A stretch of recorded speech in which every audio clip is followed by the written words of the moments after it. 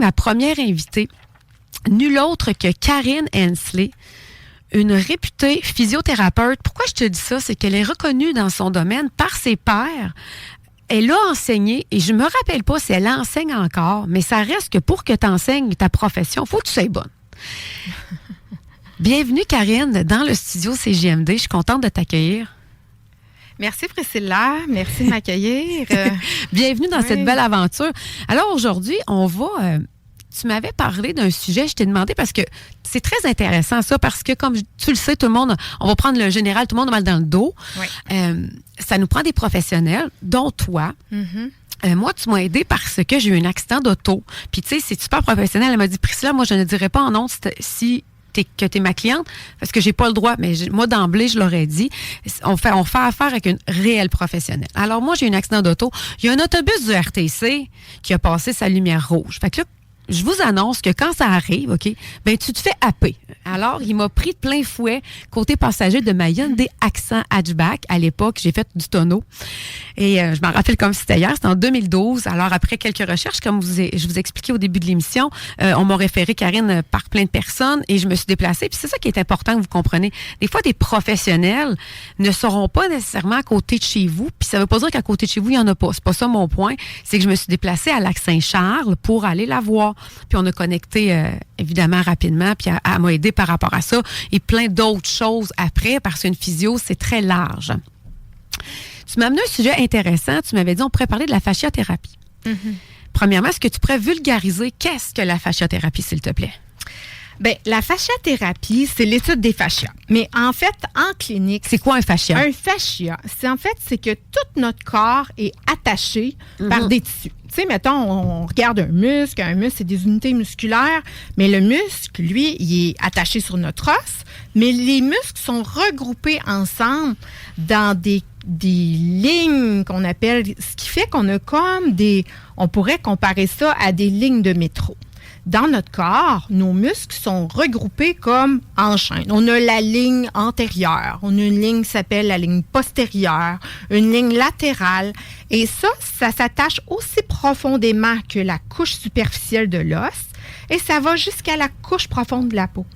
Et en fait, les fascias, c'est que lorsqu'il y a des blessures, ça peut être des blessures, un impact comme toi, tu as eu, là, bang d'un coup, mais nos blessures arrivent toujours sur une histoire, un corps qui a une histoire, qui a du vécu, qui a fait des sports, qui a eu des stress.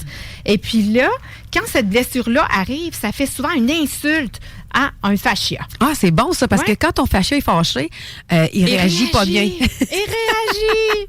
Fait que des fois, il va faire une grosse réaction de stress. Puis, en fait, c'est comprendre souvent quand la blessure est plus aiguë, les physios, on va faire l'évaluation d'une région musculo-squelettique souvent plus circonscrite. Tu sais, quelqu'un qui vient pour son dos, on va souvent commencer par le dos. Mais souvent, dans des problématiques qui sont plus chroniques, des gens qui ont eu plusieurs choses en même temps, on a un peu des patients qui sont perdus dans le système de santé parce que tu sais que présentement, c'est difficile de voir un médecin. Mm-hmm. Et souvent, les gens deviennent un peu gestionnaires de leur santé. Ils vont dire, ben là, coudonc, j'ai mal à la tête, j'ai mal au dos, j'ai mal aux pieds. Fait que là, ils vont voir le médecin, s'ils réussissent à en avoir un, puis là, ils se disent, ben, je vais choisir un problème, celui qui me dérange le plus. Mais en fasciathérapie, c'est qu'on essaye de comprendre, au-delà d'une articulation qui a vécu une insulte, de comprendre l'histoire du patient pour essayer de relier un peu des choses qui se sont passées dans sa vie, pour comprendre son corps et essayer de l'aider plus globalement en allant sur la ligne de métro, faire des interventions à plusieurs endroits pour qu'ils reprennent, en fait, les choses qu'ils aiment. Notre but, c'est que les gens redeviennent fonctionnels en physique. Est-ce que tu me donnes la bonne nouvelle que... Puis, tu sais, je veux pas parler contre la médecine traditionnelle, mais on sait d'emblée qu'ils sont conçus pour alléger les symptômes. Toi, ce que je comprends, c'est que tu vas vouloir aller chercher la cause, pas juste le symptôme, sinon, ben, tu sais, ça solutionnera pas ton patient. Puis, ce que j'aime aussi, c'est pourquoi vous allez voir une physio, les médecins, ils font ce qu'ils peuvent, mais ils vont souvent prescrire, ils vont souvent prescrire une médication, puis ils vont oublier la mécanique du fascia ou musculo-squelettique que toi, tu peux prendre en charge. Exact. Puis notre but, c'est que c'est sûr qu'en fasciathérapie, on va souvent relier des choses qui n'ont pas de l'air reliées à prime abord. On va les relier. Mettons, par exemple, quelqu'un qui aurait mal, une migraine, par exemple, derrière la tête, donc occipital, avec un problème postural, un problème, par exemple, de bas de dos, une fasciite plantaire, donc des douleurs en dessous des pieds. Oui, ça, c'est très souvent ça, les gens des crampes dans les mollets. Bien, ça, c'est des choses qui sont, par exemple, dans la ligne postérieure superficielle. Fait que ça se peut que la personne vienne me consulter parce que là, elle a vraiment des grosses migraines. Puis on va commencer avec le problème qui la dérange le plus. Mais après, on va pousser un peu pour voir est-ce qu'il n'y a pas d'autres symptômes ou d'autres choses qui la dérangent. Puis d'emblée, les gens ne vont pas nécessairement nous partager ça parce qu'ils sont habitués que le professionnel va écouter un problème maximum. Donc, on va mettre ça ensemble. Puis l'idée, c'est qu'on va aller évaluer plus qu'une région pour, après ça, travailler d'une part manuellement, ça se travaille manuellement, soit en travaillant au niveau articulaire, en travaillant aussi vraiment des techniques de fasciathérapie. On va aussi donner des exercices et on va guider la personne dans la reprise de ses activités. Parce que les clients ont tous des choses qui leur tiennent à cœur et notre but, c'est de les accompagner pour qu'ils soient capables de nouveau de faire ces activités-là. Et des fois, ils ne savent plus comment les recommencer avec plusieurs blessures. Là, tu étais curieuse parce que j'ai préparé un top 4 avec... moi, j'aime ça me préparer quand un invité vient. La fasciathérapie, qu'est-ce que c'était? Moi, dans mon jargon à moi, c'est comme une toile d'araignée qui enrobe notre muscle. Puis quand on a des adhérences, ça crée des problèmes. Alors, j'ai sorti 4 problématiques que les gens peuvent se reconnaître à la maison. Le dos du bureau, puis de char. C'est-à-dire s'asseoir, toujours être assis dans l'auto et au bureau. Mm-hmm. Mais c'est quoi le lien entre rester assis toute la journée puis des tensions qu'on traîne avec nous? Est-ce que ça a un lien pour toi par rapport à ça?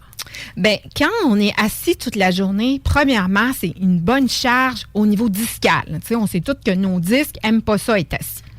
Ensuite, si on pense, les disques, c'est comme les espèces de coussins qui sont comme entre nos vertèbres, dans notre colonne vertébrale. Fait que c'est sûr qu'on est plus en compression. Okay. Mais on a aussi dans la position assise, c'est une position qui tire nos nerfs. Donc, il y a un étirement neural que nous, on va dire. Donc, ça tire la chaîne neurale, surtout qui est à l'arrière du corps. Ensuite, au niveau du fascia, si on pense que le fascia postérieur, si je parle de cette ligne de métro-là, qui part derrière ma tête et qui va tout à l'arrière de mon corps, bien, quand je suis assise, bien, en fait, ça met beaucoup de pression sur ce fascia-là. Qu'est-ce qu'on fait à la maison de base si, mettons, on ne veut pas nécessairement prendre tout de suite rendez-vous avec toi? Quelqu'un qui s'assoit toute la journée, est-ce qu'il y a un étirement que tu peux conseiller aux gens? Est-ce qu'il y a beaucoup de gens qui sont pognés dans leur char ou au bureau? En fait, on est trop assis. On est beaucoup assis. Puis le télétravail, le problème, c'est qu'il y a beaucoup de gens maintenant qui ne font pas plus de pas que des personnes âgées. Il y a beaucoup de gens qui vont faire du 4000 pas par jour parce qu'ils se lèvent le matin, ils sortent du lit, ils vont déjeuner, ils vont dans la cuisine, ils retournent dîner, ils vont aux toilettes. Là, ils font peut-être une petite somme. Après ça, bang, ils refont un team, ils sont assis. Puis là, le soir, ben, ils vont s'asseoir dans le divan. Fait que ça peut faire 3000 pas par jour. Ah, imagine, je fais mon but, c'est 15, je fais entre 12 puis 17, 20 000 pas par jour, mais je fais du télétravail. Je fais de l'ordinateur. Moi, j'ai beaucoup plus mal dans le dos. Qu'est-ce qu'on fait? Bon, les gens, il faudrait qu'ils montent un peu, qu'ils quittent un peu la sédentarité, qu'ils bougent plus, mais est-ce qu'il y a des exercices? Bouger plus. Ensuite, il faut faire des pauses actives. Oh. Ça veut dire que plutôt que de rester, par exemple, assis toute la journée en télétravail, il ne faut pas attendre d'avoir un symptôme pour réagir. On est habitué d'être très réactif, autant dans notre système de santé que dans notre vie. Il faut prévenir. Il faut se lever très, très souvent. Okay. Des fois, je dis à mes clients, va derrière ta chaise, fais de la marche sur place, fais des jumping jacks, fais des squats. Ben oui, il faut que tu bouges. Ensuite, ce qui fait vraiment du bien, vu qu'on est souvent assis, c'est faire tous des exercices d'étirement pour aller ouvrir l'intérieur. Parce qu'on est toujours plié par en avant. Fait qu'il faut vraiment aller les bras par en arrière, les jambes, tu sais, comme faire les saluts au soleil. Bien, parce qu'il faut aller dégager au niveau respiratoire notre abdomen. C'est comme un slinky, nos côtes. Étirer le slinky. Puis souvent, ben, à force d'être assis, les gens disent, ben coudonc, on dirait que j'ai des reflux, je suis constipée. Ben, c'est sûr que quelqu'un qui est plus actif a plus de chances de constiper. Mais être assis, c'est qu'on compresse aussi le diaphragme, qui est un muscle respiratoire hyper important, qui fait toute notre cage, le plancher de notre cage thoracique.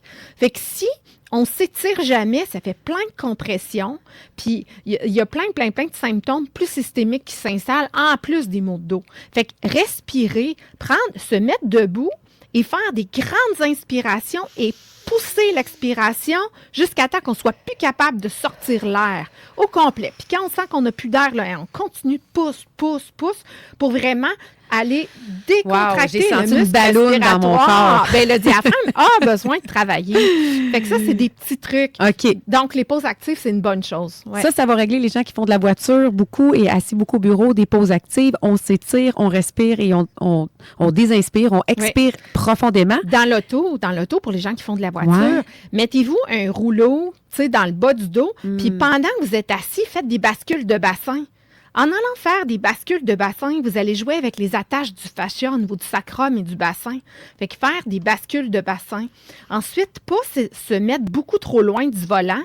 Tu sais, il y en a qui sont très, très loin avec la jambe très tendue. Ça tend beaucoup le sciatique, ça.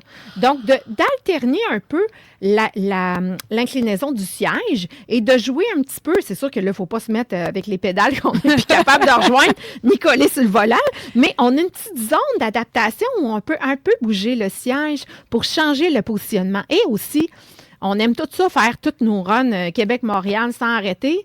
Mais en fait, il faut prévoir des arrêts. Combien de temps juste maximum? Arrêter, bien, tu peux, ça dépend toujours de c'est quoi ta vie puis c'est quoi ton corps, mais idéalement, là, tu sais, 3 heures, coupe-le au moins en 2, surtout si tu en fais régulièrement, puis va marcher 3 minutes. C'est pas long, 3 minutes. Tu vas pas arriver 1 heure plus tard à destination, mais au moins, tu as lubrifié ton dos, tu as reparti ta circulation sanguine, on a besoin de ramener de l'oxygène, de se lubrifier. Fait que le mouvement, ça reste que c'est... tu sais, nous, on va voir les gens qui sont tombés en panne, finalement, là, tu sais, pas avec leur voiture, mais avec leur corps. C'est exactement mais avant ça. de tomber en panne, il y a plein de choses. Des fois, je dis à mes patients, quand ton check engine allume sur ta voiture, tu attends combien de temps avant d'aller voir ton mécanicien? Bien, la plupart des gens vont accourir au garage. Mais quand ton check engine de corps allume, bien, les gens attendent, disent, je suis capable de toffer. Mais aujourd'hui, on a des gens qui veulent être actifs longtemps, qui veulent bouger longtemps et qui veulent continuer à faire des sports de quand même assez haut niveau. J'ai beaucoup de patients qui font beaucoup de ski, moi, du vélo de montagne, ils sont quand même âgés, ils jouent au tennis. Bien, des fois, il faut aller au garage, tu sais. Mais juste te lever du lit, c'est pas normal, ça soit compliqué et difficile et souffrant. Non. Je vais te nommer les 3 autres points pour qu'on puisse s'amuser avec les 3 qui s'en viennent, puis tu choisiras vers où tu vas aller. Le deuxième, le guerrier de fin de semaine, on l'a surnommé, parce que lui, dans le fond, il joue au hockey le jeudi, il fait sa cour le samedi, soit terrassement ou pelleté l'hiver, puis le dimanche, il est plié en 2 parce qu'il a mal partout. Il regrette pour ses péchés. Puis il a 40 ans. On ne parle pas de quelqu'un de 70. Fait que, tu sais, la souplesse est super importante. La souplesse et la force de notre corps aussi. Et l'équilibre entre la souplesse et la force, c'est primordial parce que tout ça, ces activités-là de jardinage puis de sortir tous nos meubles de patio en une fin de semaine, bien, au Québec, on est les spécialistes à cause de nos 4 saisons de faire tout rochant comme si c'était la fin du monde. Demain, il fallait finir là. Sauf que ce qu'il faut penser, c'est que notre corps n'est pas habitué. Autant que ça soit de faire une corvée rapide dehors, de peinturer une maison parce qu'on déménage ou transporter un frigo dans un escalier, il faut se souvenir que si on ne fait pas ça régulièrement, notre corps n'est pas habitué. Premièrement, on ne sait pas comment s'y prendre au niveau technique. Fait qu'on fait des erreurs de débutants. Ensuite, on ne pense pas à s'étirer. Nos muscles ne sont pas habitués de contracter dans ces angles-là. On appelle ça la spécificité angulaire ou mécanique. C'est que nos muscles sont habitués de forcer dans une certaine position. C'est pour ça que si je suis bonne en course, je ne suis pas nécessairement bonne en vélo parce que je ne force pas pareil. Même si des fois, les gens vont dire « Ah, mais je suis en forme, je vais aller courir tout de suite 10 km. » Non, ton corps n'est pas habitué de courir 10 km, même si tu es en forme dans d'autres sports. Donc, il faut habituer notre corps en dosant doucement l'augmentation de la nouvelle activité. Fait que le gars qui joue au hockey une fois semaine, il devrait faire des étirements reliés au hockey dans la semaine. Puis oui, ou des fois, ça serait de commencer de dire, il pourrait faire des passes ou pratiquer ses mouvements de rotation. Mais c'est ça. Ou aller faire un renforcement spécifique. En dehors du jeudi soir. Oui, c'est sûr que d'une fois semaine, je comprends qu'avec la vie, les enfants à la maison, le travail, on fait tout ce qu'on peut, essayer de manger des 4 groupes alimentaires. On essaie de faire notre possible, mais il faut faire attention à l'intensité quand on n'a pas beaucoup de répétitions et d'y aller progressivement pour éviter, entre autres, les blessures. D'ailleurs, je parlais, c'est ça, il y a un Rocks en fin de semaine, et là, je parlais à mon chum, comment qu'on se prépare pour ça? Ben, il dit, avant, on va faire les exercices qu'on doit faire en compétition, mais en petite quantité. Mais je suis comme, non, je veux me réchauffer. Ben, c'est ça, te réchauffer. Tu vas faire exactement ce que tu vas faire dans l'heure après, mais à petite intensité. C'est préparer son corps. Le meilleur réchauffement, c'est de préparer son corps sans charge ou, en fait, de juste... Tu sais, c'est quand on dit que des athlètes, mettons, de ski alpin, pensent à leur trajet avant mentalement, mais c'est la même affaire. Le corps a besoin de penser ses mouvements avant de les faire. Fait que des fois, c'est juste de mécaniquement faire quelque chose pour comme dire à son corps quelle action il va faire pour le préparer. Puis après ça, puis c'est la même chose qu'on fait en entraînement. On va monter doucement les charges. Mais il faut que le corps ait compris ses actions. Puis c'est comme ça qu'en douceur, on est capable de faire beaucoup, beaucoup plus. Parce que quand on va trop vite dans l'augmentation, ce qui se produit, c'est que les gens se blessent. Puis quand ils se blessent, là, des fois, il faut faire une pause de l'activité qui est la passion de la personne pour être capable de diminuer l'inflammation. Puis après ça, se faire un plan pour la réaugmenter doucement, cette activité-là. Donc, ça prend bien plus de temps au final. On est mieux de progresser plus doucement et de ne pas être obligé de faire de pause, plutôt que d'y aller trop vite, puis là, d'être obligé de faire marche arrière, parce que là, motadine, on vient de se blesser, puis là, en plus, il faut faire des traitements, d'autres exercices qu'on aime moins, puis on ne peut pas faire notre activité préférée. Mais ça me fait penser, on avait reçu Brian Vachon de Centre mécanique Shannon, on a parlé beaucoup de l'économie qui fait en sorte que les autos neuves, c'est moins fréquent, les achats, les gens vont rester plus avec leur auto, et lui, c'est l'importance de bien prendre soin de ta voiture pour pas la réparer. Il veut que les gens entretiennent leur voiture. C'est la même chose avec notre corps. Ça serait quoi l'élément déclencheur? Parce que mon troisième point, c'est la raideur du matin. Tu sais, justement, tu te réveilles, puis là, les gens, ils rient de ça. Tu vois souvent des vidéos humoristiques. J'ai plus 30 ans, j'ai plus 20 ans. Moi, mais c'est pas normal. Tu pourrais avoir 60, 70, puis te lever d'un élan agréable et non souffrant, je pense. Fait que le troisième point, c'est ça. Puis le quatrième, c'est le fameux stress. OK. Le stress qui se cache dans les épaules parce que les hommes, des fois, ils paraissent forts, mais ils en cachent eux autres du stress. Alors, dans ces deux autres points-là, justement, tu sais, la raideur du matin, c'est quand qu'on va consulter une physiothérapeute? Parce que malheureusement, on dirait qu'on y va quand on a mal. Ouais. Mais ça serait quoi un élément déclencheur avant d'avoir mal? En fait, deux choses que je veux dire. C'est sûr que dans l'arthrose, c'est de la rouille d'humain, OK? On peut-tu passer à côté? En fait, l'arthrose, qui prévient l'arthrose, c'est le mouvement. Mais parce qu'à chaque fois qu'on bouge, on lubrifie nos articulations. Fait qu'on fait faire des changements d'huile à nos articulations. Donc, être actif, c'est la meilleure chose. Maintenant, un peu comme les voitures, tu sais, les voitures qui restent dans le garage, ils usent plus vite parce qu'ils ne sont pas utilisés. Puis les voitures qui font 200 000 kilos, elles sont usées. Fait qu'idéalement, c'est sûr que les gens qui ont fait énormément de sport, puis les gens qui ont été sédentaires, ces deux groupes-là sont plus prédisposés à faire de l'arthrose. Donc, à être usés de surutilisation ou à être usés de sous-utilisation. Donc, le mieux, c'est de bouger, mais en zone plus modérée. Ça, c'est le mieux. Donc, c'est la meilleure façon à long terme. Maintenant, quand on a de l'arthrose, ça peut arriver qu'il y ait des raideurs matinales. Maintenant, si c'est ça, puis c'est pas d'autre chose, parce que là, il faut faire le ménage, puis, tu sais, vérifier un paquet de choses, il y a des petits programmes d'exercices que des fois, je donne à des gens un petit peu plus âgés qui vont faire le matin, on appelle ça des exercices de déverrouillage. Fait que c'est comme si c'est d'aller faire des petits changements d'huile un peu partout. C'est des exercices très simples, mais en fait, qui vont aller faire simplement bouger, on appelle ça des mouvements actifs, mais d'aller bouger les articulations pour ramener simplement du mouvement puis lubrifier. Fait qu'après ça, c'est plus facile. C'est sûr que les techniques aussi de lever là, qui sont spéciales, il y a des gens qui te font tout un espèce de redressement assis là, qui pourrait quasiment se parachuter dans le mur en face. Je me suis fait chicaner par mon amie, je salue Marie-Chantal, le massothérapeute, quand elle m'a vu de me lever de la table.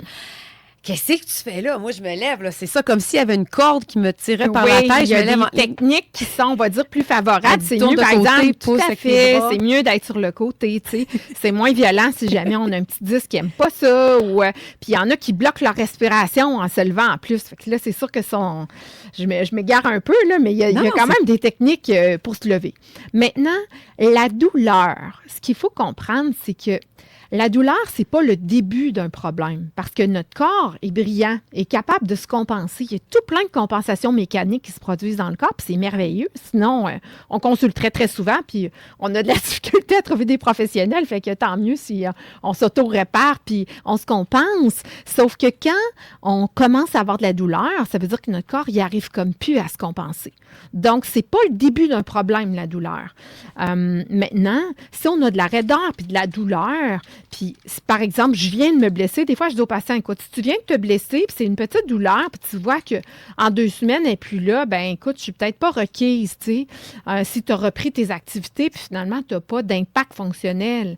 Mais si tu vois qu'elle part pas, bien, c'est mieux d'aller voir parce que des fois, c'est des petites choses. Tu vas avoir un programme d'exercice, un petit programme de renforcement.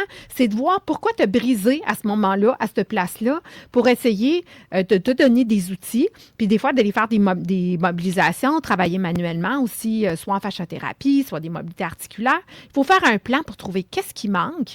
Puis après ça, vérifier, en fait, comment aussi reprendre tes activités. Mm-hmm. Des fois, c'est le dosage des activités qu'il faut discuter avec les clients. C'est trop tout ou pas en tout. Fait qu'il faut comme... le physio est un professionnel avec qui tu vas discuter de tous ces aspects-là pour t'assurer de justement, est-ce que c'est normal que j'aille mal ou bien ça, c'est quelque chose qu'on peut enrayer. Parce que des fois, les gens se disent, je suis capable de m'endurer. Oui, mais tu as 40 ans, l'espérance de vie, c'est 87. Fait qu'on pense pas que ça va aller mieux dans les 47 prochaines années. Fait que des fois, c'est mieux de s'outiller, de faire mieux les bonnes choses pour, en fait, durer plus longtemps et faire plus longtemps les choses qu'on aime. Wow! Puis le dernier point qui va être super intéressant parce que justement, tu dis j'endure, c'est exactement ça. Le stress qui se cache dans les épaules. Pourquoi je dis ça? C'est parce que j'aime ça parler aux hommes parce que des fois, on dirait qu'eux, non, c'est pas drôle. Ils ont des grippes d'hommes, ils se plaignent, mais ce que je veux dire, c'est qu'ils vont être capables d'endurer, tu sais, comment d'hommes qu'on connaît dans notre entourage qui étaient malades puis qui n'ont pas été consultés parce qu'ils avaient juste un petit peu mal au ventre. Mais c'était plus grave que ça. Fait que mon point, c'est sur le stress, c'est que ça peut aller jusque dans le cou et dans les mâchoires et les épaules. Il nous reste environ 5 minutes. J'aimerais qu'on complète avec ça. Puis après ça, tu vas nous dire comment te rejoindre aussi, Karine. Fait que les hommes là, ça peut-tu vraiment aller jusque dans les mâchoires, le stress? Bien, souvent, quand on est stressé, là, on respire pas bien. Puis quand on est stressé, on n'a pas une posture qui est ouverte. Hein? On est souvent en protection, on va comme se recroqueviller. Dans cette position-là, on respire mal. Ça fait une grosse pression au niveau de notre diaphragme.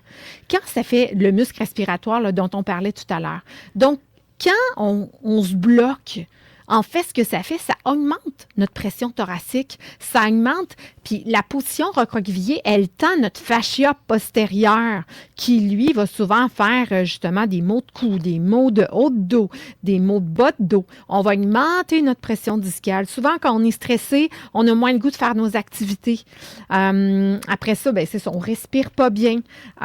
Fait que toute cette position-là, ça va souvent faire que justement, les gens vont avoir mal au cou, vont avoir mal dans le haut de dos, vont avoir mal aux épaules. Puis là, souvent, ils vont consulter quand ça a un impact fonctionnel qui va les déranger. Par exemple, ils sont plus capables de faire les travaux de rénovation ou le bras ne lève plus pour aller peinturer les plafonds ou il y en a qui vont consulter quand ils vont sentir une perte de force. Donc, s'ils ont une perte de force, ça peut être des fois un problème vraiment de tendinite, par exemple, à l'épaule, mais ça peut aussi être des fois une compression au niveau des racines nerveuses qui vont donner l'électricité dans le bras, tu sais. Fait que là, le physio va aller vérifier différentes choses pour établir, en fait, ça vient d'où? Est-ce que c'est un problème d'épaule? Est-ce que c'est un problème de cou? Est-ce que c'est les deux en même temps? On a souvent des modèles hybrides ou avec plusieurs sources en même temps, surtout dans les troubles posturaux.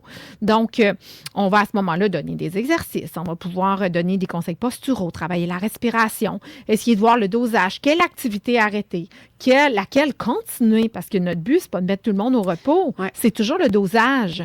Et puis, c'est sûr que les stresseurs, écoute, Il y en a beaucoup. Hein? Il y en a beaucoup. Puis à place d'essayer de les éliminer, il faut les accueillir, comme dirait un de mes invités que j'ai eu ici 2 fois, Steve Letourneau, qui est un auteur, un ancien ostéopathe, qui a fait aussi la corrélation entre t'es mieux d'accueillir, d'embrasser l'épreuve, elle va s'embraser, que plutôt d'essayer de la stopper. Il ne faut pas résister, en fait. Puis je pense que toi, tu es aussi un allié parce que ça se peut que tu aies des souffrances émotionnelles qui vont se transformer en maux physiques. Tout à fait. Puis ta physiothérapeute, elle va être là pour toi. Puis d'ailleurs, Karine, on fait comment? Parce que tu as 2 cliniques, si je ne me trompe pas. Oui, à Lac-Saint-Charles et à Stoneham.